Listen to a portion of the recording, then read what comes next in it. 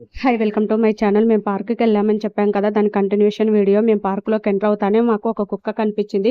ఆ కుక్కని చూసి మా పిల్లలు పరుగు మేము కూర్చోవడానికి ఒక ప్లేస్‌ని వెతుక్కుంటున్నాము. ఎక్కడైతే చల్లగుంటదో అక్కడ కూర్చుందాం అనేసి మేము ప్లేస్‌ని వెతుకుతుంటే మా పిల్లలు మాత్రం పార్క్ చివరికెళ్ళిపోయారు. మాకు పార్క్‌కెళ్ళాక ఒక విషయం గుర్తొచ్చింది.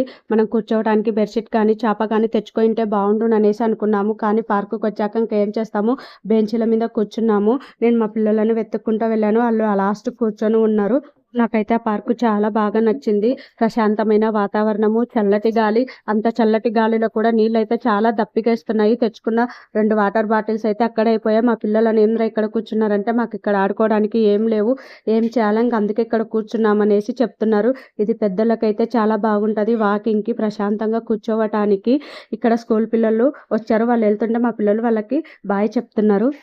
ఇక్కడే కొద్దిగా సేపు కూర్చొని తెచ్చుకున్న స్నాక్స్ తినేసి, చల్లటి గాలిని పీల్చుకొని ఇంకా వేరే పార్క్‌కైతే బయలుదేరాము. Please like, subscribe to my channel.